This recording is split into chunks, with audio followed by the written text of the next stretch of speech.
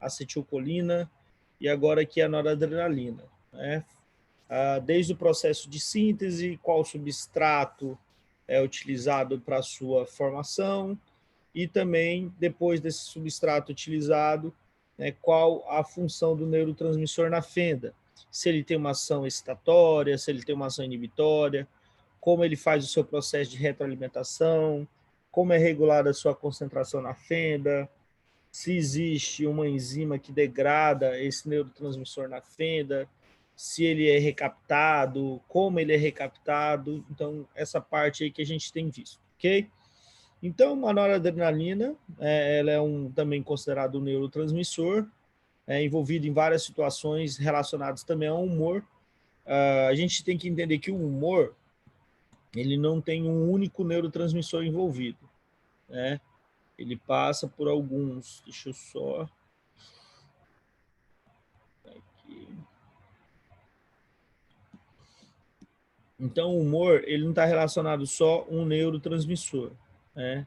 Quando a gente fala do humor, o 5-HT, que a serotonina também está envolvido, né? Em poucas situações também até a própria dopamina está envolvida também, tá? Então não é apenas um único neurotransmissor envolvido com o humor. Professor, por que o senhor está falando do humor? Porque os transtornos do humor, eles levam a muitos pacientes a procurarem, né, um consultório médico. Exemplo, depressão, ansiedade. Então, esses pacientes eles vão precisar ser tratados. Eu preciso compreender quais são os neurotransmissores envolvidos, né, nesses transtornos, para que a gente possa medicar. Então, a gente vai ver que tem medicamentos que agem sobre a noradrenalina que ajuda em processo de ansiedade, depressão, né, sobre serotonina também e sobre alguns outros neurotransmissores, né? Além do humor, a noradrenalina também está relacionada com atenção, estado de alerta.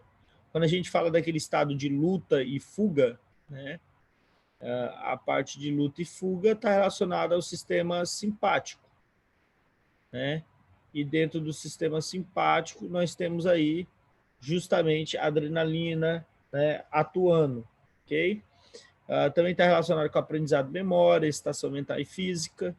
Também está relacionado com a transmissão do sistema nervoso autônomo simpático, como eu acabei de falar ali para vocês, né? E sua sinalização, né, neste sistema até origem a dilatação de brônquios, né? Quando a adrenalina se liga lá no seu receptor adrenérgico, lá no pulmão, né? Faz uma broncodilatação, também relacionada aos vasos, né? Também receptores adrenérgicos. Lembrando que lá nos brônquios é que tipo de receptor? Receptor beta-2. No vaso é que tipo de receptor? Receptor alfa. Nas pupilas, aumento dos batimentos cardíacos, que nós já conversamos. Receptor beta-1 adrenérgico lá no coração. Que entre outros, né? Por quê? Porque tanto o sistema nervoso autônomo simpático para o simpático está amplamente distribuído em várias partes do nosso corpo, né? Então, a ação deles regulatória em função, né, desse equilíbrio é muito grande, tá? Como ocorre a síntese, né, da adrenalina, da noradrenalina, né, e das catecolaminas como um todo? Então, a partir da tirosina, né, um aminoácido, que a partir dessa estrutura, nós temos algumas reações químicas, né, até chegar.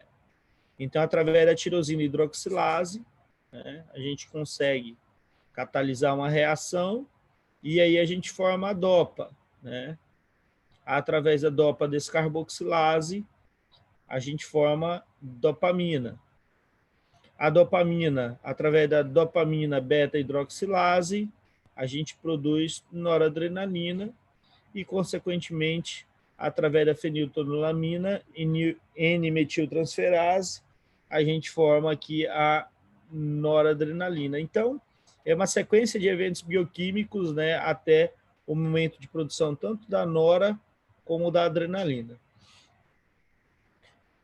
Aqui eu acredito que seja o nosso último neurotransmissor desses slides, né, que é a dopamina, que é um outro neurotransmissor muito importante, como eu conversei com vocês, coloquei aqui os principais.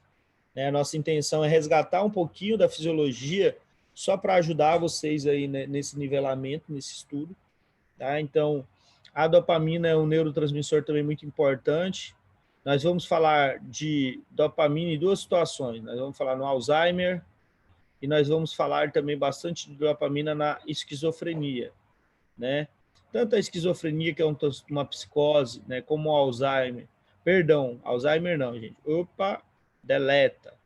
Parkinson, né? O Alzheimer está relacionado também com a dopamina, mas quem está mais relacionado é o Parkinson, não o Alzheimer. Porque tanto o Alzheimer como o Parkinson, por ser doenças neurodegenerativas, eles não afetam apenas um grupo de neurônios e, consequentemente, não afetam apenas a produção de um neurotransmissor, de vários. Mas a teoria mais aceita em relação ao Parkinson é a teoria dopaminérgica. Então, aqui entra o Parkinson. No Alzheimer, que eu estava falando aqui, o Alzheimer está mais ligado à via colinérgica, né? A via de acetilcolina, ok? Então, a dopamina ela é responsável por controlar o nível de estimulação motora, e isso nos proporciona entender que quando a gente afeta, né, a síntese e produção de dopamina, a gente afeta as nossas condições de mobilidade, de locomoção, de deslocamento, de movimento, né? Então a gente afeta em função disso. Por isso que o paciente no Parkinson ele sofre tanto em relação à deficiência de dopamina, né, pela degeneração dos neurônios dopaminérgicos.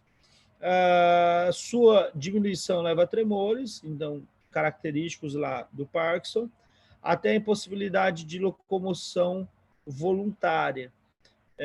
O interessante é que no Parkinson, né, ele começa com percas de movimentos refinados. Exemplo, o paciente vai pentear o cabelo, né? O paciente vai almoçar, o paciente vai escrever, né, assinar o próprio nome. O paciente vai pegar algo, né? Vamos dizer, pegar uma agulha, que requer um cuidado muito grande. Imagina você pegar uma agulha, que é algo muito pequeno, muito fino, né? Requer um movimento extremamente refinado, né? A gente não percebe por quê? Porque nós estamos acostumados a fazer isso. Então, é algo que já está ali, né, no, algo muito bem aceito no nosso sistema nervoso central, aquele tipo de movimento. Mas é um movimento extremamente refinado. Né? E para o paciente no início do Parkinson, ele começa a perder esse tipo de movimento. E aí ele começa a não ter mais precisão. E é ali onde ele começa a perceber que tem algo diferente. Né? Porque quando o paciente no Parkinson ele chega a um estado de prejudicar a locomoção, já é um estado mais avançado. Então é quando o tremor chega a um ponto que a pessoa não consegue mais ir e vir, né? A pessoa não consegue mais se locomover. E aí o paciente, quando ele se torna um paciente acamado, um paciente dependente, é um estado realmente bem avançado, ok? Então, como eu coloquei na doença de Parkinson, é uma morte desses neurônios que liberam, né, dopamina na região, né, da via nigroestriatal. Essa é importante para o controle do movimento refinado. Sua destruição pode levar a tremores, até mesmo a incapacidade de se mover de forma voluntária. Este transmissor também é responsável pelo estímulo prazeroso, né? A dopamina também está relacionada à dopamina, serotonina, a própria noradrenalina. Existem vários neurotransmissores relacionados às sensações prazerosas, né? A serotonina é um desses. A ingestão de alimentos, práticas de sexo, algumas drogas de abuso, elas estimulam a liberação de dopamina, né? Em regiões como o núcleo accumbens e o córtex pré-frontal. A parte de neurotransmissores que eu queria passar para você é essa, tá? Era essa, né? Para que a gente possa ajustar e nivelar em relação a parte de função de cada neurotransmissor realmente, né? Importância de cada um, função deles, porque agora a gente realmente vai começar a falar dos medicamentos, começar a falar sobre eles e suas funções. Nós não vamos entrar nas patologias e ficar revisando, porque dentro da própria farmacologia a gente vai estar falando da patologia. Então, vocês vão estar acompanhando o nosso ritmo aí da patologia. Então, por exemplo, eu vou falar de ansiolítico, automaticamente a gente vai falar um pouquinho de ansiedade, né? Quando a gente falar de antidepressivo, a gente vai falar um pouquinho sobre depressão. Quando nós falarmos de antipiléticos, vamos falar da epilepsia e algumas outras situações que levam a crise convulsivas, né? E assim por diante. A gente vai estar ligando, então a gente não vai falar da pato separado, né? A gente vai estar sempre agrupando, ok? Então anota aí, primeira conversa nossa agora sobre a parte de medicamentos vai ser ansiolíticos. Então nós vamos conversar agora um pouquinho sobre fármacos que agem no tratamento da ansiedade. Deixa eu só.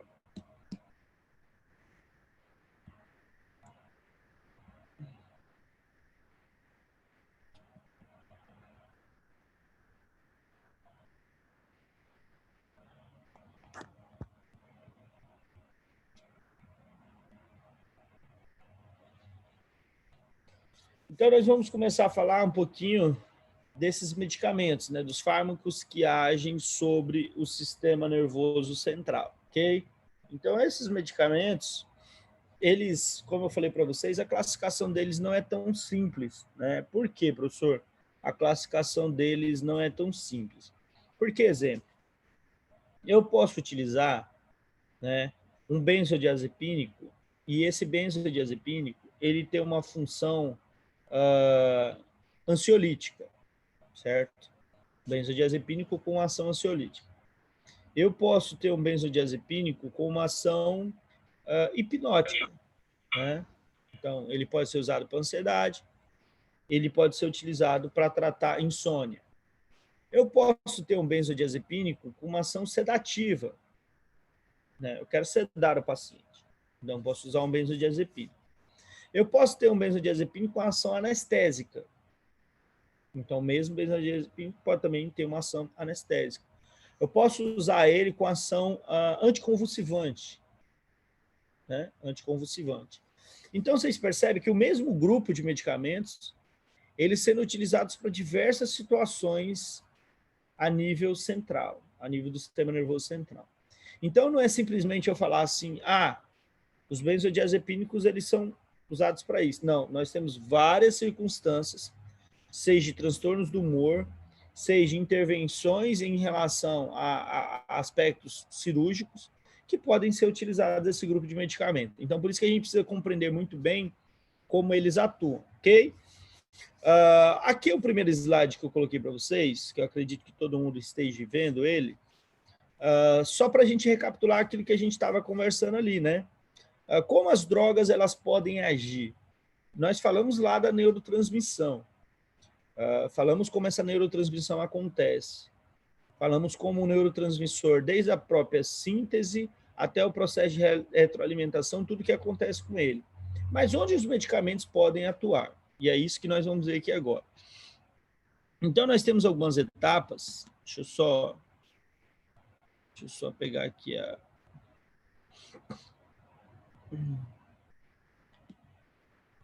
Nós temos algumas etapas, exemplo, na biossíntese e degradação. Exemplo, a partir da acetil-CoA e da colina, eu produzo acetilcolina. Eu posso interferir aqui na síntese, ok? E prejudicar a produção desse neurotransmissor. Professor, como assim? Eu posso fazer com que eu iniba a síntese desse neurotransmissor. Ou, né, eu posso também aumentar a quantidade de substrato para que a síntese dele seja acelerada. Então, eu posso interferir na biossíntese dele. Segundo, eu posso interferir sobre a sua degradação. Exemplo, eu não tenho uma enzima aqui chamada acetilcolinesterase que degrada ele. Se eu entender que o paciente tem uma determinada patologia e que nessa patologia há uma deficiência da concentração de neurotransmissor na fenda, eu posso inibir essa enzima e, consequentemente, eu posso, né, interferir na quantidade de neurotransmissor efetivo ali na fenda sináptica. Porque a partir do momento que a acetilcolinesterase ela atua, o que vai acontecer com a acetilcolina? Ela vai ser degradada em colina e em acetato. A colina ela é recaptada e ela vai sofrer aquele processo que nós conversamos lá de retroalimentação. né? Uma outra situação também que medicamentos eles podem atuar é sobre a liberação do neurotransmissor. Eu falei para vocês que a partir do momento que ocorre um potencial de ação, então vem um evento desse neurônio pré-sináptico, as vesículas de neurotransmissor que foi formada, elas são exocitadas. Então, elas são liberadas na fenda sináptica. A partir do momento que elas são liberadas na fenda, o que vai acontecer com elas? Vão procurar quem, gente? Os receptores. Se eu estou falando aqui de acetilcolina, eu tenho receptor muscarínico, eu tenho receptor nicotínico. Então, eles vão procurar esses receptores pós-sinápticos para desencadear a sua resposta. Então, eu posso interferir nessa liberação. Eu posso prejudicar a liberação.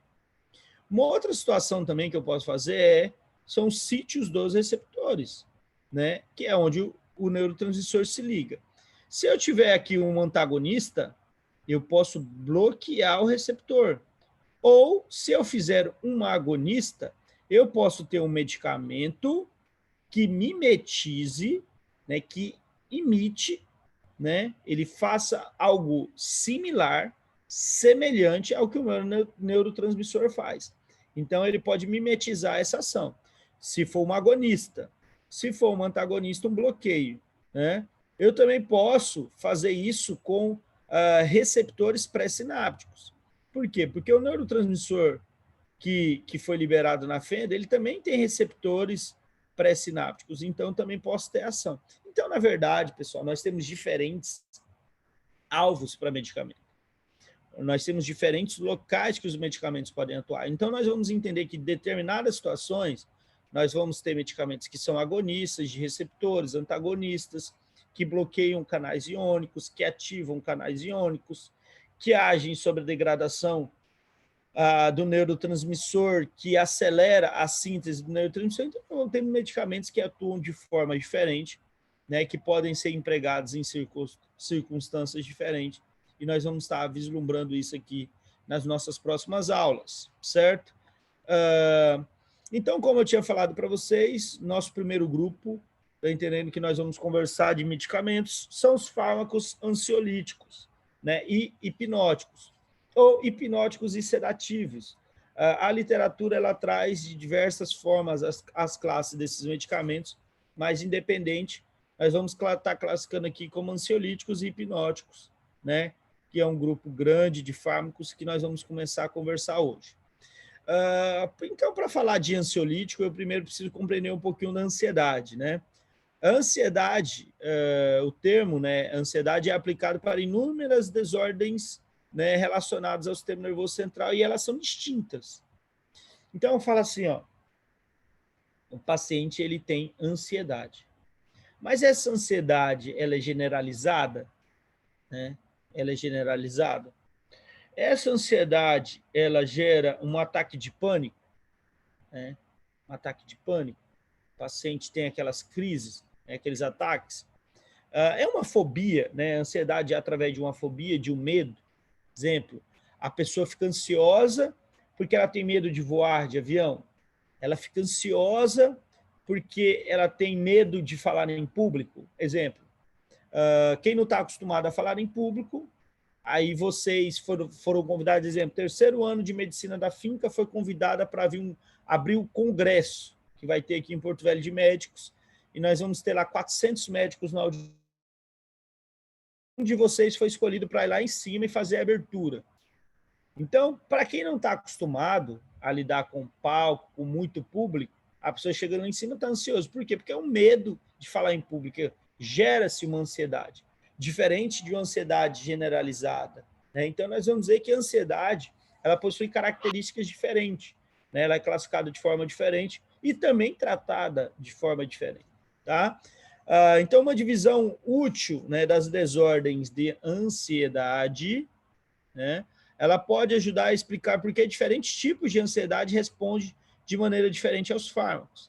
E a classificação das desordens que envolvem medo, né, ataques de pânico ou fobia, e aqueles que envolvem uma sensação mais geral de ansiedade, né, que nós geralmente caracterizada como transtorno de ansiedade generalizado. Então, nós temos duas situações diferentes, os medos, né, e nós também temos as sensações mais gerais de ansiedade, que nós chamamos e caracterizamos como ansiedade generalizada.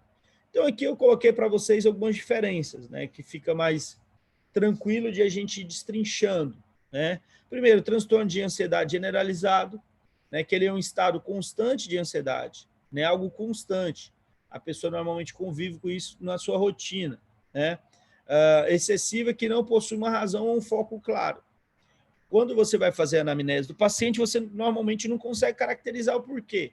O paciente está ansioso, né? Porque é algo contínuo. O paciente é algo contínuo, né? Depois, transtorno de ansiedade social, medo de estar e interagir com outras pessoas. É normalmente aquela pessoa que tem dificuldade em fazer trabalho em grupos, tem medo, tem problemas para conviver em grupo, né? Tem medo de viver em sociedade, né? A pessoa tem muita dificuldade, né? A gente chama de transtorno de ansiedade social. E nós temos também transtorno do pânico, né? Que são crises súbitas de medo incontrolável, que ocorrem associadamente a sintomas somáticos acentuados, como sudorese, taquicardia, dores no peito, tremores e sensação de asfixia. Essas tais crises podem ser induzidas até por indivíduos normais, pela infusão de lactato de sódio, e a afecção parece ter um componente genético. Então, esses são os transtornos do pânico, né? São crises súbitas, normalmente incontroláveis, né? Então, é uma outra forma de caracterizar ansiedade. Nós temos as fobias, né, que eu tinha colocado para vocês, que são os famosos medos, né, intensos de um objeto, de uma determinada situação, como eu falei para vocês, né? Voar de avião, um determinado espaço, né? Aí de determinado animal, né? Como pode ser cobra, barata, rato, né? Tem pessoa que não tem medo de uma cobra, ela enfrenta uma cobra, mas não enfrenta uma barata. Então, ela tem fobia à barata, né? Que para outra pessoa pode ser uma besteira, mas para ela é um medo absurdo. Não adianta você querer, ela vai ficar ansiosa, ela vai ter uma crise, ela vai ter uma descarga simpático-lítica muito grande, né? E ela vai ter um aumento de batimento cardíaco, tudo aquilo que a gente já colocou aqui, tá? Transtorno de estresse pós-traumático, né? Uma ansiedade desencadeada por lembrança de experiências estressantes passadas. Então, a pessoa teve um trauma em uma determinada situação, e toda vez que ela se depara com aquela determinada circunstância, gera-se, né, uma ansiedade desencadeada pela lembrança daquele fato. Então, a pessoa passou por um problema relacionado muito grande a um trauma, uma determinada situação, toda vez que ela se depara, né, ela acaba gerando ali uma crise de ansiedade, que o gatilho dela é aquela experiência estressante passada. Transtorno obsessivo compulsivo, né? Que é um comportamento como rituais compulsivos, denominados por ansiedade irracional. Exemplo, medo de contaminação, né? Então, normalmente a gente fala que é algo mais irracional. Então, vocês perceberam, gente, que não é só ansiedade. É isso que eu quis caracterizar aqui para vocês. Não é só a gente falar assim, o paciente tem ansiedade. Mas qual é a forma que apresenta ansiedade? Ela fica ansioso quando toda vez que ela vai viajar e ela sabe que ela vai pegar um avião, ela fica extremamente ansiosa. Ela não fica bem, passa mal, tal. Então, eu já sei que a ansiedade dela é uma fobia, né? Ela tem um medo, é dizer, o gatilho é esse. A pessoa ela vem tendo algumas crises de ansiedade. Mas por quê? Não, porque ela estava indo para a faculdade e ela passou por um assalto. Teve um assalto, assaltaram ela, colocaram arma, e agora, toda vez que ela passa pela rua, que ela tem que ir para a faculdade, ela tem que ir para um determinado caminho. E toda vez que ela passa por aquele mesmo local, normalmente desencadeia uma crise dela. Então, está relacionado a um transtorno pós-traumático, que está relacionado ali. Então, vocês percebem que existem várias situações relacionadas, né? Então, não é um único fator. E nós vamos ver que determinados medicamentos, eles conseguem ter uma melhor resposta a determinados tipos de crise de ansiedade, né? Então, é isso que a gente quer propor aqui para vocês, tá? Então, professor, quais medicamentos nós podemos empregar quando nós vamos tratar a ansiedade? Nós podemos usar quais fármacos? Quais medicamentos nós podemos utilizar para tratar ansiedade. Nós podemos utilizar antidepressivos. Meu Deus, professor, nós vamos usar antidepressivo para tratar a ansiedade? Sim, falei para vocês. Quando a gente caracteriza assim, ó, antidepressivo, não quer dizer que ele é utilizado apenas para depressão, apesar que o nome sugere. É a mesma coisa que vocês falam assim, ó, diuréticos, que nós estudamos, não foi? Diuréticos, estudamos lá na parte do sistema cardiovascular, e você não pega um diurético, muitas vezes, exemplo, a espironolactona e não trata acne com ela, você trata acne, né? É a mesma coisa que quando eu falo assim, hipoglicemia antioral ou fármacos utilizados no tratamento de diabetes. E aí eu pego a metformina, que é utilizada para essa circunstância, e utilizo ela para tratar o ovário policístico. O que tem a ver o ovário com, né, tratar diabetes? Então, eu utilizo ela para tratar o ovário policístico. Ou eu posso pegar a metformina, que hoje está sendo utilizada para tratar controle de peso do paciente, certo? Então, nós temos algumas situações, né, que determinados fármacos eles são utilizados para outras circunstâncias que não seja específica dele. No caso antidepressivo, eu obviamente remeto a função dele para tratar depressão, certo? Nós também podemos utilizar benzodiazepínicos, né?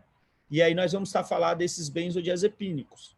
Quais são os principais benzodiazepínicos e sua função dentro da ansiedade? Nós vamos ver um pouquinho também sobre a buspirona, que é um agonista serotoninérgico, né? Alguns fármacos aqui específicos que nós utilizamos em dor neuropática, nós utilizamos em crises convulsivas, em várias situações, para falar também um pouco deles na ação na ansiedade. Não são muito utilizados na ansiedade, tá? Porque eles têm muitos efeitos colaterais, né? Alguns neurolépticos também, tá? Que também não são muito utilizados para tratar a ansiedade, porque também tem muitos efeitos colaterais, tá? Então, desses que nós falamos, nós acabamos utilizando mais esses primeiros do que esses aqui, certo? E aqui, por último, os beta-block. O beta-bloqueador, ele não vai atuar de forma central, né, em relação ao tratamento de ansiedade. A gente vai verificar que o beta-bloqueador, ele age mais em sinais produzidos por essa ansiedade, porque a ansiedade gera uma descarga simpática, né? E essa descarga simpática vai ter um reflexo periférico. Porque se eu tenho uma descarga, eu vou ter sudorese, eu vou ter tremor, eu vou ter taquicardia, né? Então, tudo isso que esse sistema simpático ele vem trazendo e demonstrando perifericamente, um beta-bloqueador ele pode ajudar a reverter, ele pode ajudar a controlar. Então, é justamente aí que o beta-bloqueador ele vai entrar, certo? Não para tratar desordens centrais, mas sim para tratar esses reflexos periféricos. Pessoal, está tranquilo até aqui? Todo mundo está conseguindo acompanhar bem? Beleza. Então, vamos lá. Então, primeiro a gente vai começar a entender um pouquinho como os antidepressivos, né, eles podem ser utilizados, tá, para tratar essa ansiedade, né, do paciente, né? Como eu posso pegar um antidepressivo e tratar a ansiedade. Então, os antidepressivos utilizados eficazes no tratamento da ansiedade são os inibidores da recaptação de serotonina. Professor, o que é isso? É uma classe. Então, eu pego assim, ó, eu vou lá e falo o termo antidepressivos. Aí, pessoal, nós temos várias classes de antidepressivos. Eu acredito que todo mundo já começou a ler, todo mundo já começou a ver algumas coisinhas sobre, e perceberam lá que nós temos vários tipos de antidepressivo. Um deles é esse grupo aí, o ISRS, né, os inibidores seletivos da recaptação de serotonina, né, onde entra lá fluoxetina, sertralina, paroxetina, né, e os medicamentos aí bastante conhecidos, tá? E também os inibidores da recaptação de serotonina e noradrenalina, que é um segundo grupo, beleza? Então, eles são bastante utilizados aí para tratar a ansiedade. Eles são eficazes nesse tratamento de transtorno de ansiedade, principalmente, ó, você vê, quando a gente vai falar, ó, generalizada, também servem para tratar fobias e transtorno pós-traumático, entendendo? Então, são utilizados em algumas circunstâncias.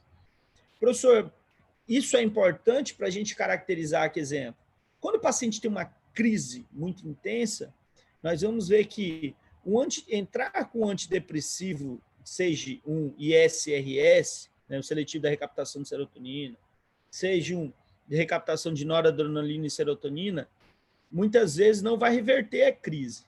Às vezes, para situações de crise, é melhor utilizar o quê? Um benzodiazepínico. Então, nós vamos verificar que, em determinadas situações, são indicados determinados medicamentos, né? Então, a gente não pode caracterizar que a ansiedade trata tudo igual, é caracterizado tudo da mesma forma. Não, a gente tem peculiaridades, beleza?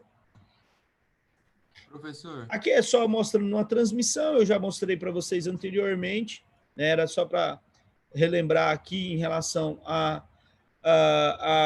parte de como acontece, né, uma neurotransmissão. Aqui mostrando a parte de como esses antidepressivos eles atuam, alguns. Eu não vou ficar ligado muito a isso nesse momento, porque nós vamos falar de mecanismo dos antidepressivos, o mecanismo de ação deles separado. Quando nós falarmos de depressão, a gente vai falar bastante, né, do mecanismo de ação. Mas só para a gente dar uma introdução, para vocês já começarem a compreender, os antidepressivos, né, que atuam sobre recaptação, justamente após o potencial de ação e as vesículas serem exocitadas e esses neurotransmissores, né, eles se ligarem aos seus receptores e desencadear essa resposta, né, o que vai acontecer no mecanismo de ação? Aquele processo que nós chamamos de recaptação, que é o neurotransmissor voltar e ser recaptado para o neurônio pré-sináptico que o liberou, isso aqui não vai acontecer, né? Nós vamos bloquear. Aquelas proteínas expressas no terminal axonal serão bloqueadas e o neurotransmissor ele vai ficar mais tempo aqui na fenda sináptica. Então, o que vai acontecer na fenda? Eu vou aumentar a concentração do neurotransmissor na fenda. Então, todos os fármacos que agem sobre recaptação, a função primordial básica dele, o pilar dele é o quê? É aumentar a quantidade de neurotransmissor presente na fenda sináptica, né? Aumentando essa quantidade de neurotransmissor na fenda, óbvio que eu vou aumentar, né, a ação desse neurotransmissor. Se é serotonina, eu vou aumentar a ação serotoninérgica. Se é noradrenalina, eu vou aumentar a ação noradrenérgica. Se é dopamina, dopaminérgica, GABA, GABAérgica e assim por diante. Eu vou estar amplificando a ação desse neurotransmissor. Por quê? Porque eu consegui inibir o seu processo de recaptação, né? Então, inibindo a recaptação, eu aumento a quantidade de neurotransmissor na fenda, maior quantidade de neurotransmissor na fenda, mais receptores serão ocupados. Quanto mais receptores ocupados, mais eu amplifico o sinal daquela via neuroquímica. Então, eu amplifico o sinal daquela via de transmissão. Alguns antidepressivos também mais antigos, né, que nós chamamos de antidepressivos tricíclicos, né, que praticamente foram os primeiros aí utilizados, aminotriptilina, nortriptilina, imipramina, né, que são alguns deles, eles também podem ser utilizados, né, e também alguns inibidores da MAO. Lembra que eu falei para vocês anteriormente, nós temos um pool de enzima que nós chamamos de MAO, né? Essas enzimas nós caracterizamos como as monoamina oxidase, né? Elas possuem a capacidade de degradar o neurotransmissor depois que ele foi recaptado. Então, você imagine que você tem um neurônio pré-sináptico, você tem um neurônio pós-sináptico, o neurotransmissor é liberado aqui na fenda, ele vai ocupar seu receptor, desencadear sua resposta. No processo de retroalimentação, ele é recaptado, e ele vai voltar para o neurotransmissor que liberou. Aqui eu tenho um pool de enzimas, que é justamente a MAO que eu estou falando para vocês. E essa MAO, o que ela faz com o neurotransmissor? Ela vai lá e degrada ele, destrói ele, né? Só que eu quero que esse neurotransmissor ele continue em grandes concentrações, que ele entre na vesícula de novo e seja aproveitado novamente. Aí eu faço o quê? Eu bloqueio a enzima. E aí eu permaneço com o neurotransmissor. E aí ele vai poder ser liberado aqui novamente. E aí a gente vai amplificar o sinal dele. Então, vocês percebem que cada medicamento, ó, eu tenho antidepressivo que age na recaptação, eu tenho antidepressivo que pode agir também inibindo. Então, quando nós falarmos da classe de todos os antidepressivos, eu vou mostrar o mecanismo de ação para vocês de forma mais tranquila de cada um.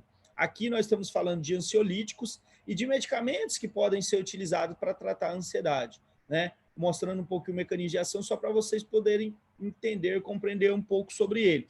Mas lá nós vamos falar de forma separada, né? Então, esses inibidores da monoamina oxidase também são eficazes para tratar a ansiedade, porém, um perfil de efeitos adversos menor favorece a utilização dos inibidores seletivos da recaptação de serotonina. Alguém consegue me falar por que é melhor utilizar um inibidor seletivo da recaptação de serotonina do que utilizar, exemplo, um tricíclico? Alguém consegue? Por que melhor? Por que normalmente eu prefiro escolher esse do que esse aqui? Quem consegue ajudar? Alguém? Dou-lhe uma, dou-lhe duas. Ninguém, pessoal. Então, assim, eu acho que, professor, pode falar. Eu acho que devido exatamente à seletividade dos inibidores seletivos. E os outros, eles não têm essa seletividade. Por exemplo, os IMAOs, eles vão inibir todas as MAOs, e todas as MAOs vão interferir em todos os outros neurotransmissores. E aí, sendo seletivo para a recaptação, especialmente da serotonina, a gente tem, como escrito aí, menos efeito adverso do que inibindo todos os outros neurotransmissores. Exatamente. Se você não quer, eu quero uma resposta realmente de inibir todos, porque o que eu estou tratando envolve todos os neurotransmissores. Isso é algo raro, praticamente não existe. Então, dificilmente você quer inibir todos os neurotransmissores. Você não quer trabalhar em cima de todas as monoaminas, né? Então, normalmente, quando você fala, né, de ansiedade, ali você quer ou mais serotonina ou serotonina noradrenalina. Você não quer envolver todos, né? Então, quanto mais o fármaco, a nível do sistema nervoso central, ele interfere em vias diferentes, né, de neurotransmissor diferentes, traz mais efeitos colaterais, traz mais reações adversas, vai gerar dependência relacionada a mais vias, e isso é um prejuízo para o paciente. Então, quando eu tenho uma maior seletividade, exemplo, eu vou estar interferindo só sobre serotonina. Então, eu vou ter menos efeitos colaterais, né? Eu vou ter menos problema em relação depois à dependência, à própria tolerância farmacológica. Então, eu vou ter menos problema nesse sentido. Então, por isso que eles normalmente são a primeira escolha. E por isso que hoje eles são tão utilizados. Por isso que hoje, até para tratar a própria depressão, a gente usa muito fluoxetina, a gente usa muito sertralina, paroxetina, né? Por quê? Porque são medicamentos, escitalopram, citalopram, eles são fármacos mais seguros, né? São fármacos, óbvio, eles têm efeitos colaterais, têm ações adversas, têm todos os problemas também, né? Mas eles são mais seguros quando a gente compara com os outros fármacos dos outros grupos, das outras classes. Esses agentes apresentam uma vantagem adicional de reduzir qualquer depressão que possa estar associada, né, ao transtorno. Os antidepressivos tricíclicos, como eu falei para vocês, eles vão inibir todas as monoaminas, né? Então, eles têm como mecanismo de ação interferir com as monoaminas como um todo, sobre a noradrenalina, sobre serotonina e sobre outras monoaminas. Então, por isso que eles não são considerados fármacos de primeira escolha. Hoje, eles não são primeira escolha nem para tratar depressão. Porém, alguns pacientes a gente acaba conseguindo um ajuste clínico, né, com esses medicamentos. Por isso que eles ainda são utilizados. Por quê? Às vezes, você emprega o uso deles e eles acabam sendo bem aceitos, bem tolerados com alguns pacientes. Então, você acaba utilizando. E outra coisa, né, eles são mais baratos, são medicamentos de mais fácil acesso, avaliando a questão econômica. Então, por isso que eles ainda acabam sendo bastante utilizados. Então, os benzodiazepínicos também podem ser utilizados, além dos antidepressivos. Os benzodiazepínicos, eles podem ser utilizados também para tratar ansiedade, né? Eles têm ações ansiolíticas, né? Principalmente quando eu tinha falado para vocês, tratar ansiedade de forma aguda, né? Uma crise, né? Então, por que, professor, os antidepressivos, eles não são usados para tratar de forma aguda, E os benzodiazepínicos, eles são utilizados para tratar a ansiedade de forma aguda. Porque os antidepressivos, eles não trazem uma resposta rápida. Então, exemplo, o paciente está numa crise, eu quero que o medicamento comece a agir hoje, comece a atuar hoje. Antidepressivo não vai conseguir. Eles precisam, né, fazer um processo de remodelação a nível de transmissão para que eles consigam ter 100% da sua resposta efetiva, né? E no começo, quando você começa, você entra com antidepressivo, o paciente no primeiro, segundo, terceiro dia, ele pode queixar para o médico que ele teve uma piora em relação à ansiedade. Ele teve uma piora, tá? Então, é muito comum o paciente relatar que no início do tratamento de ansiedade com antidepressivo, o paciente tem uma piora. E aí, depois de 10, 15, 20 dias, que realmente o paciente vai sentir os efeitos benéficos daquele antidepressivo para tratar a ansiedade. Já os benzodiazepínicos, não. O paciente tem uma resposta imediata, né? Ele já vai conseguir ter uma resposta já no primeiro dia. Aí você fala assim, professor, então vamos usar só esse, né? Só que os benzodiazepínicos são fármacos que promovem mais dependência, mais tolerância, são drogas assim, a gente considera mais pesadas. Então, por isso que é interessante, muito mais seguro, a gente tratar com antidepressivo. Então, a gente tem uma balança aí, para a gente sempre levar em consideração. E nós vamos ver que em algumas situações a gente pode entrar com os dois, tá? A gente utiliza os dois e depois a gente faz o desmame do benzodiazepínico, beleza? Então, eles são utilizados para tratar ansiedade aguda, aqueles utilizados para tratar ansiedade apresentam meia-vida biológica longa. Então, os benzodiazepínicos, normalmente, que a gente utiliza para tratar ansiedade, são benzodiazepínicos de meia-vida mais prolongada, tá? Podem ser co-administrados durante a estabilização do paciente com ISRS, como eu falei para vocês, como o antidepressivo seletivo de recaptação de serotonina não vai me trazer uma resposta efetiva de forma aguda, eu entro com benzodiazepínico junto, mas não deixo de entrar com o antidepressivo, para que ele já possa, né, desencadear a sua resposta também. Existem algumas evidências de que desordens do pânico e a combinação de um benzodiazepínico com ISRS pode ser melhor do que ele sozinho, né? Então, existe algumas evidências já que o paciente teve uma desordem do pânico, né? É interessante agregar um benzodiazepínico no tratamento, e aí você utiliza tanto o benzodiazepínico como o antidepressivo seletivo da recaptação de serotonina, tá? Professor, aí o benzodiazepínico o paciente vai ficar utilizando por quanto tempo? Normalmente, depois de 20 dias a um mês, você tira o benzodiazepínico, você começa a fazer o desmame dele, exemplo, clorazepam, Rivotril.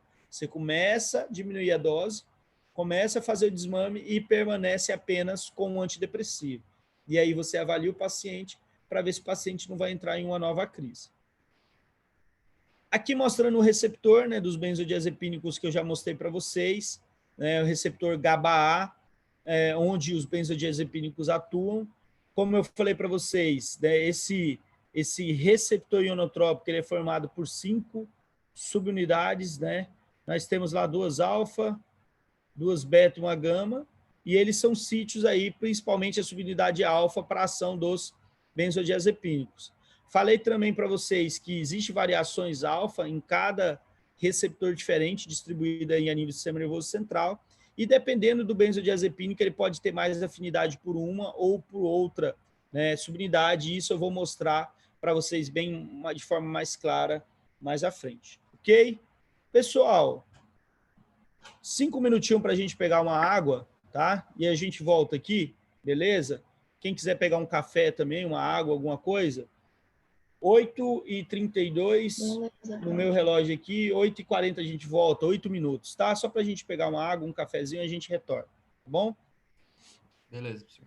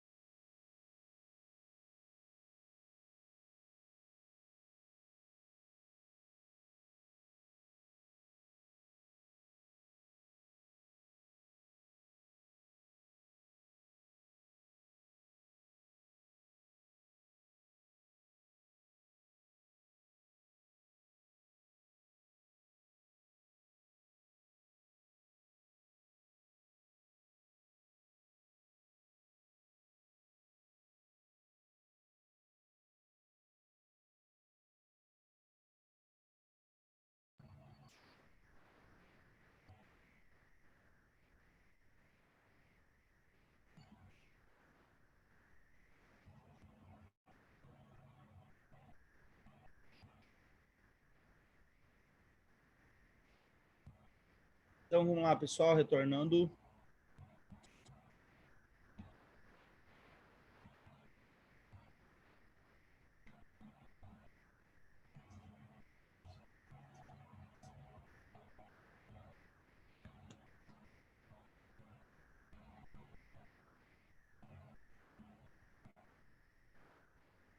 Então, como eu estava colocando para vocês, então isso aqui é um GABA, né? Ele tem 5 L, 5 subunidades, que elas podem variar, elas podem ter combinações diferentes, né? 2 beta, 2 alfa, uma gama aqui.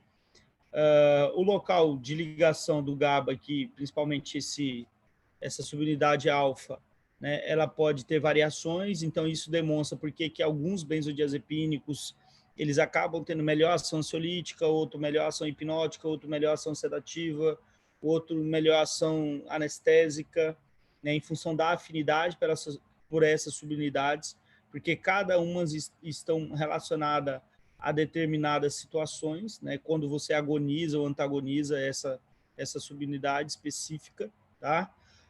Como eu coloquei para vocês, né, os benzodiazepínicos se ligam, mas também nós temos outras drogas que se ligam sobre esse mesmo receptor, que é um canal iônico dependente de ligante, né? Nós temos o barbitúricos, que é um grupo de medicamento que nós vamos conversar, né, mais à frente. Os barbitúricos, eles são fármacos que são utilizados hoje principalmente em crises convulsivas, né? Nós temos aqui o Zolpidem. O Zolpidem ele tem uma ação similar aos benzodiazepínicos, mas ele não é enquadrado como benzodiazepínico. E aqui o flumazenil, que ele é um antagonista de benzodiazepínico, né? Ele tem a capacidade de antagonizar efeito. Exemplo, você deu uma dose exacerbada de benzodiazepínico, você consegue reverter, o paciente se intoxicou ou tentou um suicídio, né? Você também consegue ajudar a reverter os efeitos, né, através do flumazenil. Aqui só mostrando alguns benzodiazepínicos que nós temos no mercado hoje: diazepam, né, um benzodiazepínico de longa duração, midazolam, diazepínico de curta duração, né, clonazepam de intermediária para longa também, tem mais uma duração mais prolongada, o bromazepam de duração mais intermediária, né, são alguns, né, benzodiazepínicos que a gente tem aí no mercado. A buspirona, ela também tem ações ansiolíticas, né? Porque ela é um agonista de receptor 5-HT1A, né? Receptor serotoninérgico, ok? Ela é eficaz no caso de transtorno de ansiedade generalizada, para tratar a ansiedade generalizada. Porém, ela é ineficaz em relação a fobias ou em caso de transtorno de ansiedade social, né? Então, ela é mais usada para tratar realmente ansiedade generalizada, tá? Aqui só mostrando os receptores. Oi. Essa questão de especificidade no tipo de transtorno de ansiedade. Cada ansiedade ela está relacionada com algum receptor diferente, algum neurotransmissor diferente? O que está caracterizado é a desordem, né? Em que situação ela gera uma crise? De que situação ela vai se apresentar? Qual será a circunstância que será o gatilho para essa desordem, né? Que vai dar o start. O paciente ele é ansioso, ele é de forma contínua, né? É algo rotineiro, tá entendendo? Ou esse paciente ele é ansioso porque esse paciente ele quando ele passa por algum tipo de problema específico, né? Agora eu não sei se você está perguntando em que regiões cerebrais desencadeiam isso. Eu não sei se a tua pergunta é uma ou outra, né? Em que sentido? É tipo isso mesmo, porque, exemplo, um fármaco ele tem efeito num tipo de transtorno de ansiedade. Por que ele não tem no outro? Exatamente. As subunidades, o que vem sendo estudado é o seguinte: essas subunidades, principalmente do GABA, cada subunidade ela está relacionada mais a determinadas situações.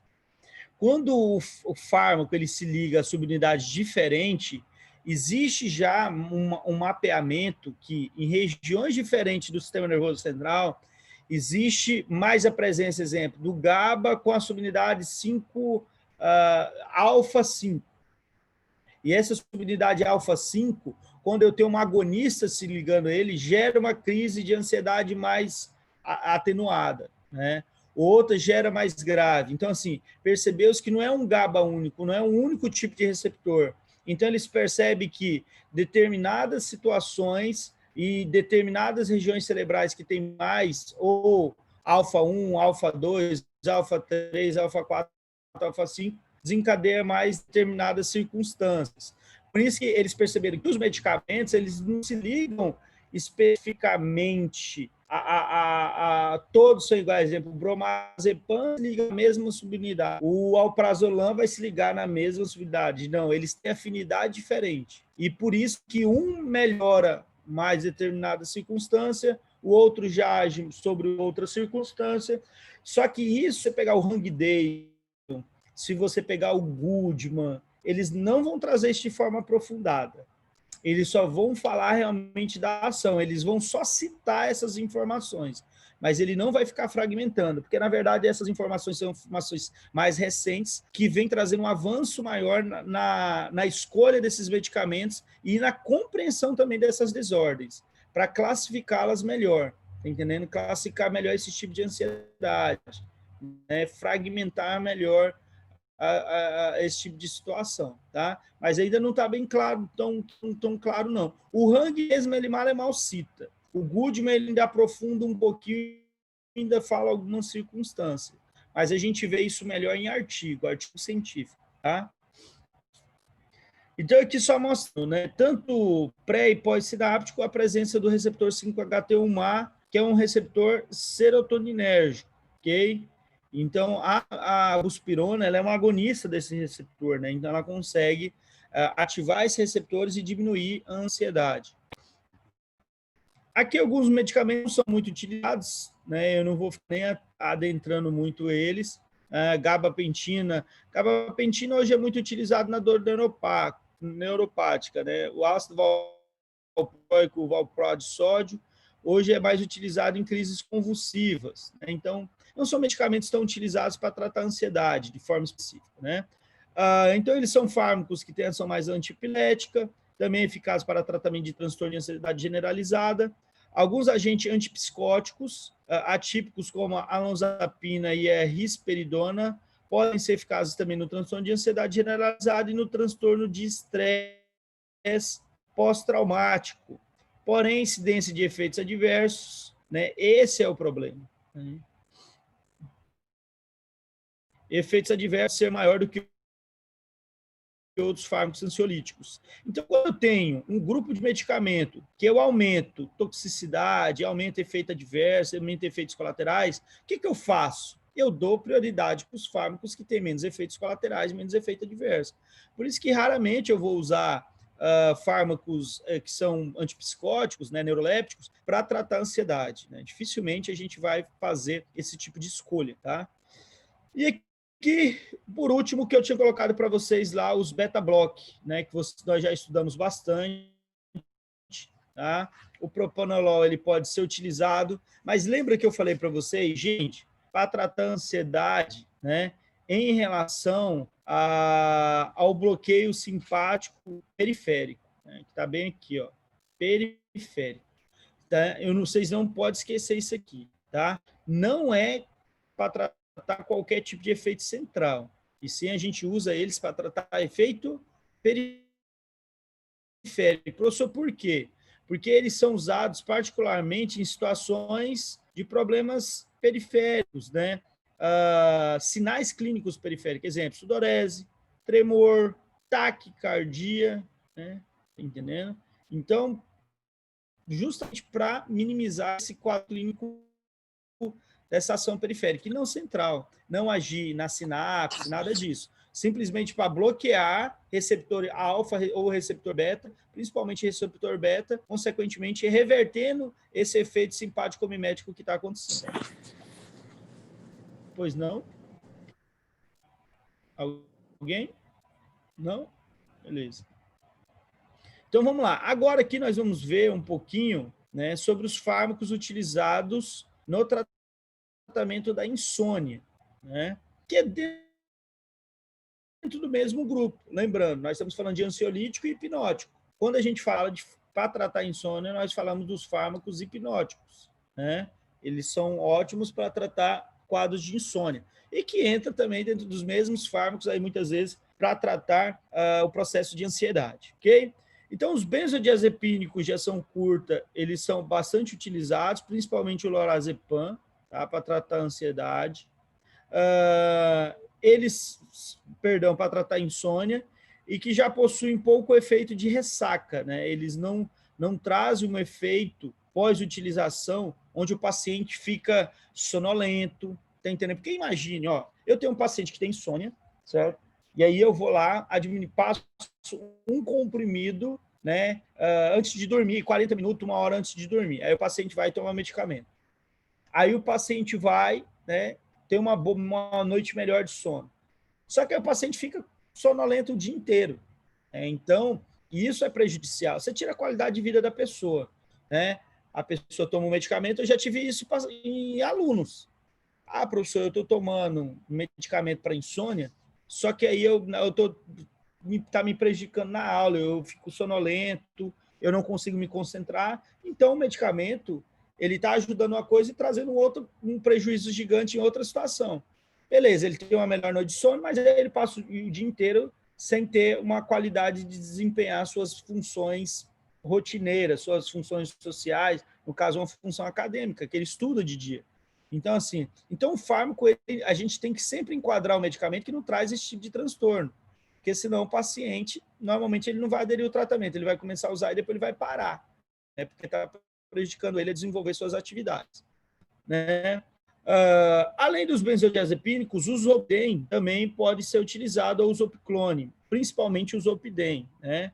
O Zopidem, ele é um fármaco com ação similar aos benzodiazepínicos, mas ele não é benzodiazepínico, né? Apesar de ter uma ação muito próxima, tá? Ele traz essa ação hipnótica, né? Atua de forma semelhante aos benzodiazepínicos e não apresenta atividade ansiolítica significativa, né? Ele normalmente ele não traz uma boa resposta em relação à ansiedade. Professor, por quê? Justamente foi aquela pergunta, acho que foi o Felipe que perguntou agora há pouco. Porque o Zolpidem ele não se liga no mesmo sítio do benzodiazepínico, apesar de ele agir sobre o GABA, apesar de ele agir sobre a entrada de cloreto, mas ele não age sobre a mesma subunidade receptor. Então, por isso que ele promove resposta diferente. E é justamente isso que a gente estava discutindo. Lugares diferentes, sítios diferentes daquela hélice ali do canal de cloro, podem trazer resposta diferente. Tá? Se eu agonizo determinados sítios diferentes, determinada subunidade diferente, eu vou trazer resposta diferente. Então, não quer dizer que todos os medicamentos que agem sobre o GABA trazem a mesma resposta. Não. Né? Eles trazem resposta diferente porque agem em locais diferentes desse receptor, que é um pentâmero. Né? Ele é formado por 5 subunidades e tem vários sítios diferentes de ligação. Lembrando que, quando o medicamento se liga no receptor GABA, ele não se liga, gente, só voltar aqui para a gente precisa ir discutindo isso para que vocês possam ir compreendendo. Quando o medicamento benzodiazepínico ele se liga aqui, ele não se liga no mesmo lugar que o GABA se liga. Ele se liga num local, num sítio que nós chamamos de sítio alostérico, um local que não é o mesmo sítio do agonista. Então, ele não fica ali otimizando a ação do GABA por ativar o mesmo sítio de ligação dele. Ele se liga em um lugar diferente, né? E aí que mais à frente eu vou mostrar para vocês que o que na verdade o benzodiazepínico ele faz aqui, né?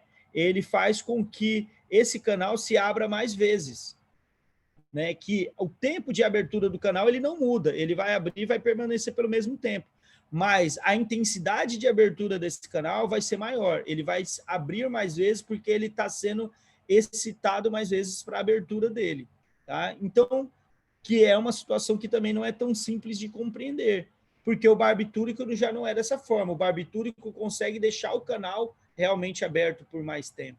Então, vocês vão ver que os medicamentos mudam bastante, quando a gente fala de um ou outro, eles mudam muito esse perfil de resposta, tá?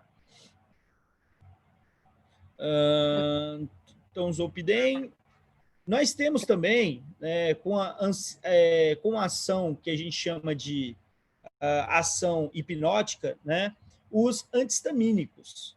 Os anti-histamínicos, eles são utilizados principalmente para tratar alergias, resposta alérgica, né? Mas eles têm também essa ação central, né, de agir a nível do sistema nervoso central, interferindo nessa resposta de gerar sonolência, né, e, consequentemente, melhorar a qualidade do sono do paciente. Normalmente, eles são utilizados, gente, como coadjuvantes. Eles não vão ser empregados como uma monoterapia ou num tratamento de primeira escolha. Normalmente, são utilizados como coadjuvantes, né, ser empregado junto aí com benzodiazepínico ou algum outro fármaco. Aqui Ô, só professor. mostrando... Aqui, pode falar. Professor, tá me escutando? Em relação a esse tratamento para insônia, a partir do momento que o paciente começa esse tratamento, ele tem que continuar pela vida toda? Não, não. Não, porque esse paciente ele pode... o médico normalmente trata uma crise, né? O paciente normalmente vem de crise, vem perdendo muito qualidade do sono, o médico entra com tratamento, e aí ele vai avaliando.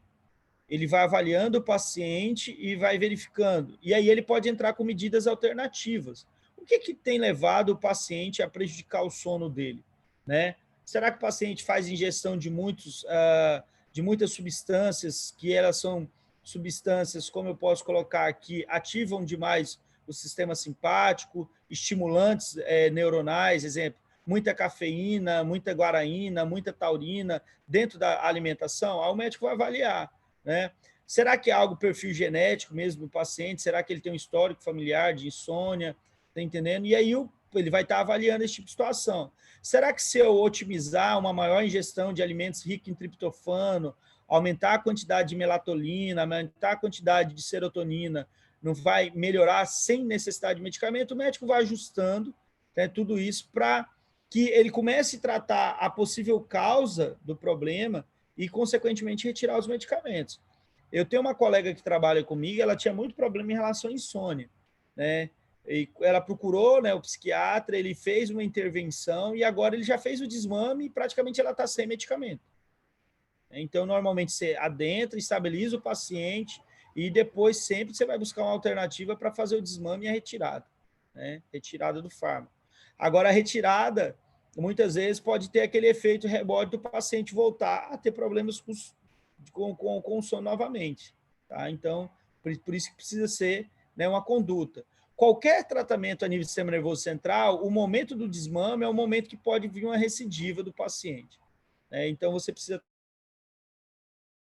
ver se você vai depois ter que voltar atrás de novo e reestabilizar o tratamento de novo. Então, isso é uma conduta aí que o médico vai estar empregando. Tá? Oi. Sobre os benzodiazepínicos que o senhor estava falando, eu fiquei numa dúvida. Assim, a gente tem um tipo de longa duração que vai fazer efeito ansiolítico, como o senhor falou, e de curta duração que faz efeito hipnótico. Quando o paciente tem um problema de ter ansiedade e, ao mesmo tempo, ter perturbações do sono, eu faço uso concomitante desses dois tipos, tanto de um benzodiazepínico ansiolítico quanto um de efeito hipnótico? Ou eu uso um que tem algum que sirva para os dois tipos?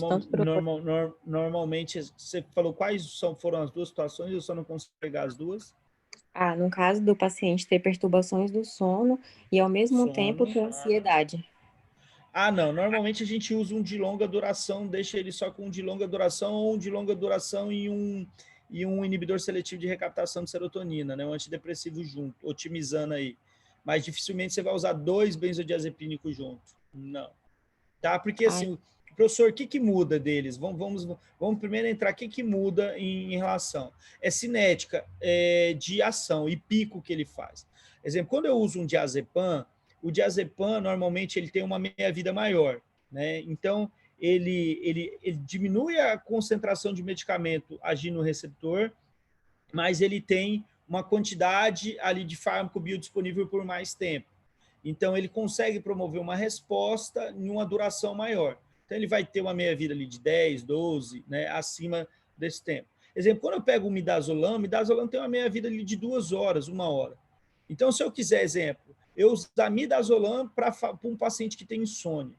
Traria uma resposta? Não. O medicamento age e depois já para a resposta dele. Então, o cara, no meio do sono, já acabou a resposta do medicamento. Então, ele já não faz mais efeito.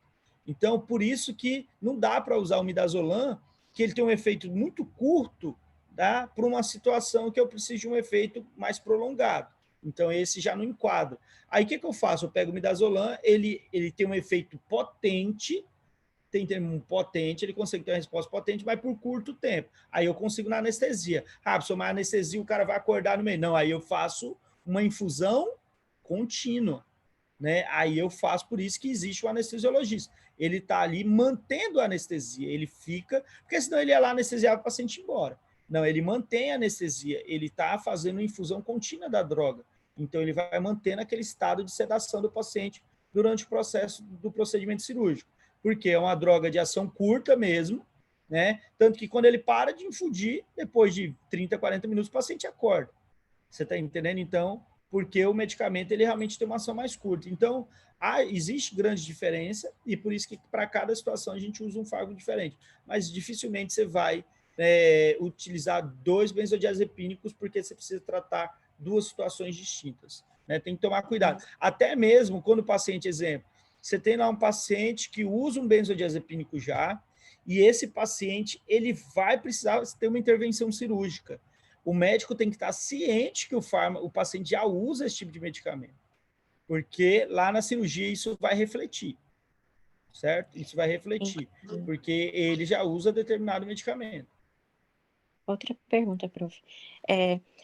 No caso de benzodiazepínico, eu tinha visto que uma das indicações dele é a síndrome de abstinência alcoólica. Aí, tanto o benzodiazepínico quanto o antidepressivo, eles vão causar uma sonolência maior nesse paciente, né? No caso, se ele for de um efeito hipnótico.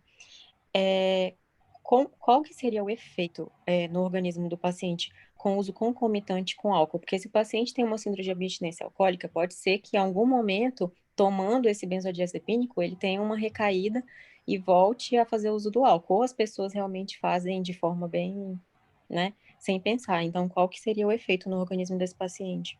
Beleza, pergunta top, hein? Essa pergunta é boa. Pergunta de farmácia e toxicologia junto. Então, eu vou tentar te explicar, eu não sei se vai ficar legal, mas eu vou tentar te explicar algumas situações aqui. Vamos ver se vai dar certo e se você vai entender bem.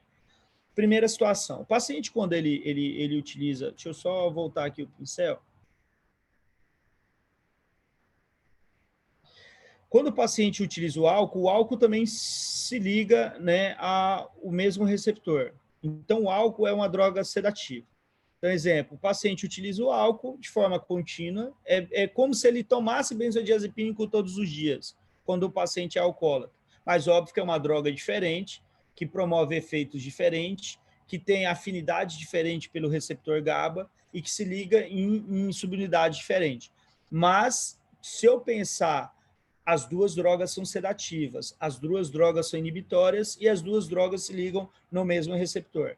Então, o álcool ele promove também, né, a maior entrada de cloro. Então, o álcool também promove o quê, gente? Uma depressão a nível de sistema nervoso central. Então, a droga ele é um estimulante ou ele é uma droga inibitória? O álcool é uma droga inibitória. Aí, imagine, com o passar do tempo, pense, o que o sistema nervoso como ele vai se normatizar, como ele vai se modular. Imagine assim, o organismo daquele paciente, todos os dias, recebe uma droga e causa uma depressão a nível do sistema nervoso central. O que o meu corpo vai pensar? Caramba, eu preciso estimular mais. Eu preciso aumentar a via excitatória. Então, eu preciso otimizar a parte de excitação neuronal. Por quê? Porque o organismo dessa pessoa está para baixo. Então, a gente vai tentar, o nosso organismo sempre quer regular, a gente sempre quer gerar um equilíbrio. Então, se eu tenho uma droga rotineira no meu organismo que causa depressão, eu preciso estimular o organismo. Então, com o tempo, né, para fazer um controle, você vai perdendo um pouco a sensibilidade de uso desse álcool. Aquela mesma dose, muitas vezes, não começa a causar o mesmo efeito, vai gerando uma certa tolerância, né? E o seu organismo vai começando a liberar substâncias que são mais excitatórias. Exemplo, glutamato, noradrenalina, assim por diante. Imagine agora você retira o álcool. não tem o álcool. Esse organismo agora que sempre estava para baixo, mais deprimido, ele vai ficar o quê? Aumentar, vai ficar mais hiperexcitado. E aí onde entra o quê? Normalmente na crise de abstinência. O paciente não tem tremor. Por quê? Porque ali a parte simpática está sobrecarregada, está, né, liberando muito noradrenalina. Por quê? Porque ele já promovia isso. Ele promovia para gerar um equilíbrio. Só que agora ele está com a ausência daquela droga inibitória e os efeitos excitatórios eles estão sobressaindo. Então, por isso que na crise de abstinência você percebe o quê? Perifericamente, né, respostas simpáticas mesmo. E não parasimpáticas, simpáticas. Porque você vê tremor, você vê sudorese, agitação, taquicardia. Por quê? Porque a parte excitatória está, né, exacerbada. Agora, você imagina que eu posso mimetizar ações do álcool. Então, eu posso pegar medicamentos que se assemelham à ação do álcool para estabilizar esse meu paciente. Então, eu posso pegar um medicamento que age sobre o mesmo receptor e traga uma resposta de conforto para esse sistema nervoso central, como se fosse o álcool. Então, eu vou fazer como se o paciente estivesse sentindo álcool. Porque a retirada do álcool do paciente, ela foi gradativa ou ela foi abrupta?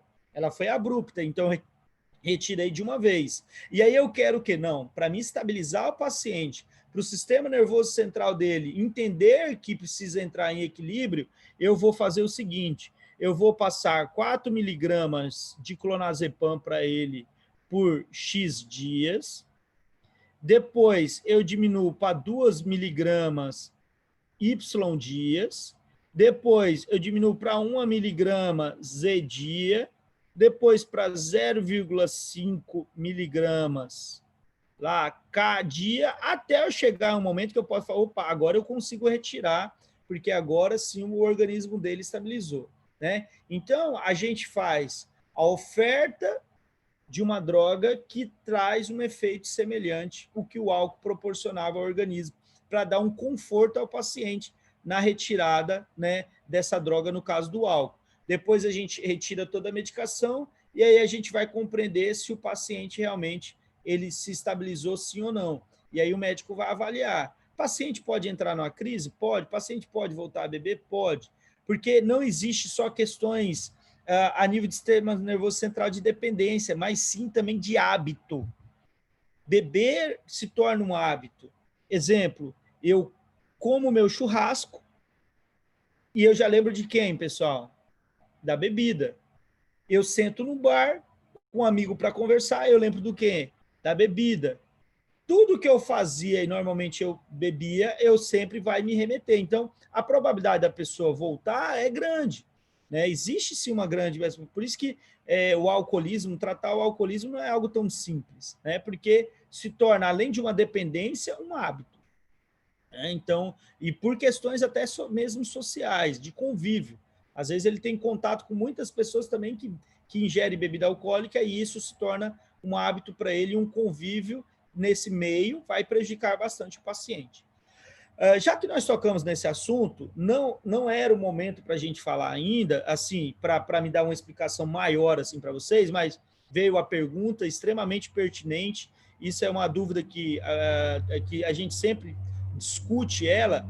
Nós temos uma outra situação também. Vocês já ouviram falar, né, de paciente internado, alcoólatra, e para sedar ele é difícil? Vocês já ouviram falar? Sim ou não? Sim, professor, eu já presenciei um caso desse, realmente. Justamente pela tolerância. Ele já ingeria tanta droga depressiva que no momento que a gente retira, o organismo dele está hiperexcitado.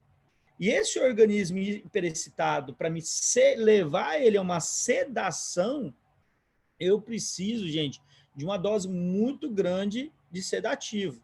Então, exemplo, o nosso organismo, ele tende a um equilíbrio. E para que eu possa deprimir ele, basta eu descer um degrauzinho ali, eu já gero uma depressão. Né? Se eu descer demais, eu posso ter até uma parada cardiorrespiratória. Né? Agora, para esse paciente que ele usava o álcool, que é um depressor, e ele conseguia estar acordado, ele conseguia desenvolver suas atividades, mesmo usando uma droga depressora. Quando ele retira essa droga, ele fica um degrau acima, ele fica emprestado. E aí, para mim descer e gerar uma sedação, eu preciso de uma oferta maior de droga. Por quê? Porque o organismo dele está acostumado.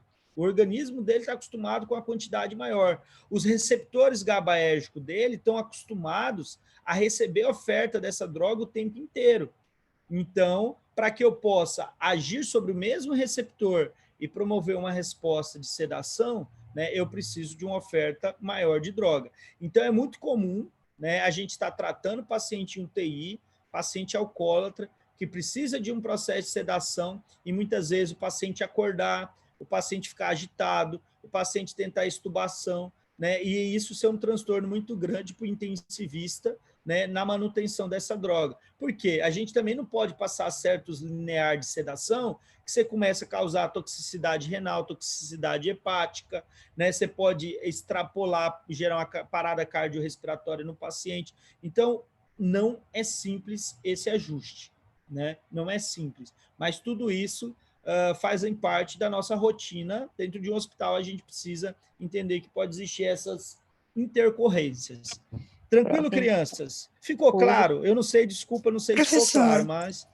Mas no caso da gente tratar o alcoolismo com ansiolítico, por que, então, que se trata com um ansiolítico? Por que se trata o alcoolismo? Porque você quer, exemplo, eu vou usar um termo bem, como eu posso colocar assim, bem simplório. Imagine, você tem um paciente que é alcoólatra e você quer que ele pare de beber. Aí você coloca ele numa clínica de reabilitação. E ele bebia, vamos dar exemplo, 10 garrafas de cerveja por dia. Vamos colocar números. 10 garrafas de cerveja. Meia garrafa de vodka por dia. Meia garrafa de vodka por dia, né? Tá entendendo? Aí você vai lá, 10 garrafas de cerveja, todos os dias. Se você pudesse, olha, hoje você vai beber só 7. Amanhã só 5, 3, 2, até o cara parar. O organismo dele ia se readaptando com oferta menor de droga. E automaticamente o organismo dele ia reagindo. Ninguém vai fazer isso na clínica. Não vamos colocar lá um monte de garrafa de bebida e ofertar. Mas o que eu posso fazer para similarizar isso? Eu posso pegar uma droga, que é um medicamento conhecido, que se liga no mesmo receptor e fragmentar concentrações e ir ofertando para ele. Eu vou trazer um conforto para o organismo dele. No momento que eu ofertar um clonazepam, no momento que eu ofertar um bromazepam, eu estou ofertando um medicamento que se liga no mesmo receptor do álcool, em subunidade diferente, mas no mesmo receptor, e isso ele vai sentir de forma similar, como se ele estivesse bebendo. Então, o organismo dele vai reagir como se fosse a presença do álcool. Por quê? Porque é uma droga também que se liga ao GABA, que também permite a abertura do canal de cloreto, que permite também uma depressão a nível do sistema nervoso central. Então, a resposta neuroquímica no organismo dele é similar. Usar o álcool ou um benzodiazepínico. Tá? Entendi. Então, por isso que eles sentem, assim, quando chega perto do álcool, sente o cheiro, sente um enjoo, assim, só de pensar na bebida? Ele começa a ter uma certa rejeição à bebida. Aversão, né? Isso, exatamente. Uma certa aversão à bebida, por quê? Porque o organismo dele já entende que aquilo ali, ele já não depende mais daquela situação, porque ele já está recebendo a droga que causa o efeito, tá entendendo? Relacionado. Então, normalmente ele começa a ter uma aversão. Isso não acontece em todos os pacientes e não é tão simples tratar em todos os pacientes. Normalmente, às vezes, a gente começa a fazer o desmame, tem paciente que fica hiper agitado, o paciente começa a ter transtorno de ansiedade, que está relacionado à crise de abstinência, e aí o médico tem que, às vezes, introduzir uma concentração maior da droga, né? E aí volta algum estágio, né? O médico começa a avançar e depois tem que retroceder um pouco o tratamento. Não é algo tão simples, tá? Mas é o que hoje nós temos de maior aceitação em relação, né, ao tratamento do alcoolismo. Eu vou colocar uma situação bem peculiar. Como a gente faz o tratamento de paciente tabagismo? Como é feito o tratamento de tabagismo? Professor, com ansiolítico também, né? Ansiolíticos do mesmo também. jeito. Mas quais são outros medicamentos que podem ser utilizados? Tem aquele adesivo que o paciente coloca no braço, né? Aquele adesivo tem o quê? Nicotina. Nicotina, olha pra você ver, é como se eu estivesse dando cigarro pro cidadão. Eu estou dando cigarro para ele. Só que eu estou dando cigarro para ele, tem uma das substâncias, obviamente, tá, pessoal? Porque o cigarro tem dezenas, centenas de substâncias químicas no cigarro, mas uma das substâncias é a nicotina. Então é como se eu falasse assim, ó, hoje você vai fumar 3 cigarros, e você vai fumar hoje, amanhã, depois. Agora, daqui 15 dias, você vai fumar só 2, tá, cidadão? Aí eu dou um adesivo com uma menor concentração de nicotina. Agora você vai fumar só 2. E o seu corpo vai ter que se adaptar a só 2. E aí o corpo dele vai se adaptar à oferta só 2. Depois eu falo, ó, agora é só um cigarro. E aí eu fragmento, e eu vou fragmentando. Então, até chegar um momento que o organismo dele não dependa mais dessa substância. E aí o paciente não tenha mais aquela ansiedade, né? Pela crise de abstinência também, que tudo é uma crise de abstinência. Tá? Então, por isso, pessoal, quem prescreve benzodiazepínicos para tratamento em pacientes? Só médicos. É uma droga restrita, essas drogas são muito restritas. Então, eu vejo hoje, gente, a prescrição de benzodiazepínicos é ridícula como é prescrita hoje. Qualquer coisa introduz o medicamento, e introduz sem critério nenhum. Exemplo, o paciente vai na emergência, eu tá com um monte de medicamento controlado. Você vai acompanhar esses medicamentos? Você vai acompanhar numa urgência, numa emergência, esse tipo de medicamento? Você não vai acompanhar. Então, assim, gente, introduzir esse tipo de fármaco para um paciente pode ser, muitas vezes, uma ida sem volta. O paciente fica dependente, fica refém do medicamento, você não fez o tratamento adequado, depois, para retirar, vai ser complicado. Então, assim, utilizar fármacos de ação central precisa ter critério. Precisa ter critério. Foi até o que a minha colega falou esse dia para mim, Rogério, eu tinha ido em 5 psiquiatras, todos prescreveram de forma assim absurda, eu ficava sonolenta, não tinha qualidade de vida nenhuma, mais me prejudicava que me ajudava. Mudei, fui agora no último, então eu falei, é a última chance. O médico fez totalmente, ela me mostrou a prescrição, cara, introduziu a droga, foi aumentando a concentração, estabilizou a paciente, já foi fazendo desmame, trocou por drogas que causam maior dependência, você vê uma prescrição correta. Então, muitos prescrevem de forma inadequada, tá? E tem que se fazer uma autocrítica, gente. Esses medicamentos, eles são drogas de ação central. Se a gente analisar, são drogas que causam efeito semelhante a drogas de abuso, né? Ao álcool, né? Ao cigarro e algumas outras drogas. Então, a gente tem que tomar o maior cuidado na prescrição e na evolução desses pacientes. Beleza? A gente precisa ter muito critério, né? Saber introduzir a droga, estabilizar o paciente e muitas vezes depois fazer a retirada do desmame, né? E acompanhar o paciente, né? O mais importante, saber acompanhar o paciente, né? A gente precisa acompanhar e sempre com o mínimo de droga possível, com as drogas mais seguras possível. Beleza? Tranquilo? Então vamos lá. Então nós estávamos. Oi, pode falar, estou ouvindo. Uma dúvida e outra, uma coisa para facilitar também o entendimento. Tipo, no manual de classificação dos transtornos psiquiátricos, a gente tem qualquer tipo de abuso, seja de álcool, droga, pornografia, sexo, qualquer tipo de abuso, ele é classificado como uma compulsão. E a compulsão está dentro dos tipos de transtorno de ansiedade. Então, por isso que a gente trata, porque é um transtorno de ansiedade. É um tipo com o tratamento de dependência ao álcool. De início, assim, a primeira escolha não são os benzodiazepínicos de fato, né, professor? São os sensibilizantes ao álcool, por exemplo, o disulfiram, que aí vai gerar uma aversão do paciente ao álcool. Mas a longo prazo, para que ele não recaia, para que ele trate de fato a ansiedade que gera o abuso dele ao álcool, o benzodiazepínico é uma boa escolha porque vai tratar o transtorno de ansiedade que ele tem. Então, eu acho que é mais simples compreender quando a gente relaciona a compulsão a um tipo de transtorno de ansiedade. E a outra pergunta é relacionada a benzodiazepínico e ao álcool. É fatal, professor? Pode matar? Pode, mas assim, a maioria dos artigos eles relatam que seria uma concentração muito grande, né? mas assim pode causar parada cardiorrespiratória. Sozinho, intoxicação por benzodiazepínico seria quase impossível uma pessoa com Rivotril se matar. Barbitúricos podem. Barbitúricos são mais graves. Barbitúricos, eles geram uma maior depressão cardiorrespiratória. Então, por isso, sempre tem esse questionamento em relação ao álcool e o uso desses medicamentos.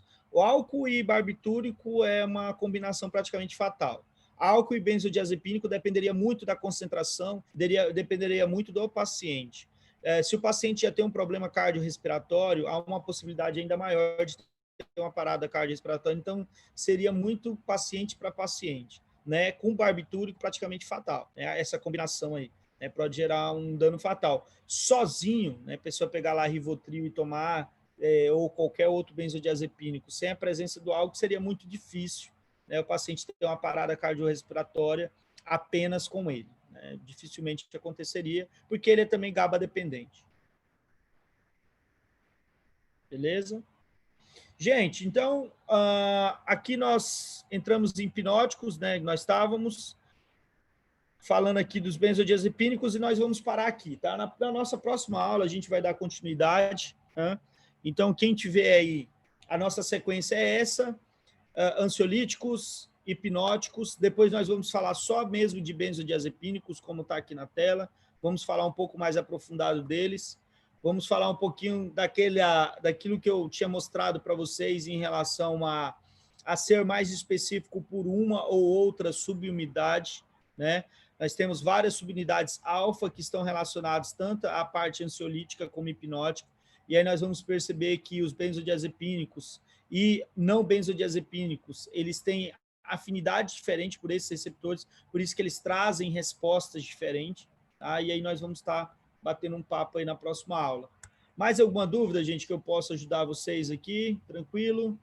Ficou claro na aula de hoje? Gente, tratar sistema nervoso central não é tão simples, não é tão fácil, tá? Então, a gente pode pegar, como eu já falei para vocês, eu pego o mesmo paciente, na verdade, com depressão, se ele for em 5 médicos, ele terá 5 prescrições. Raramente ele vai ter uma prescrição certinha. E se eu pegar esse mesmo paciente em 5 médicos durante 5 meses, eles vão ter conduta diferente nesses 5 meses. Porque não existe protocolos, existe manuais, mas vai estar muito relacionado com a resposta do paciente e com o feeling do médico em relação à clínica. Então, não é algo tão simples, não é uma receita de bolo tão bem definida, né? Um medicamento no organismo do paciente X, ele responde diferente do paciente Y, não é tão simples essa adequação. Então, assim, na verdade, só precisa de muito critério e muito cuidado para a utilização, né? A gente saber utilizar para que a gente possa realmente ter uma resposta, né, bem definida em relação à utilização desses medicamentos e mais benefício, obviamente, do que efeito colateral, né? Isso que a gente espera sempre, tá bom? Alguma pergunta a mais? Posso ajudar em mais alguma coisinha? Tranquilo? Ficou claro? Professor, nossa aula está confirmada amanhã? Sim, está confirmado. 8h15, né? Eu coloquei, não foi? 8h15 não, é 18h15. 18h15. 18h15 e 8h15, né? Isso mesmo. Fechou, então. Certinho? Fechou. Você tem alguma estimativa das provas, professor? A prova, na verdade, eu já peguei, terminei, mandei eu só preciso disparar para vocês, tá? Eu vou disparar para vocês, aí o professor Eduardo que lança, ele que faz essa parte de lançar. Eu não sei se ele terminou as dele, eu não sei se ele já entregou para vocês, tá? Ixi, lascou, beleza, valeu. Valeu, gente. Tchau, tchau. Professor. Tô ouvindo. Você pode lançar o nosso conceito também? Ah, tá. Posso. Farmacologia, por favor.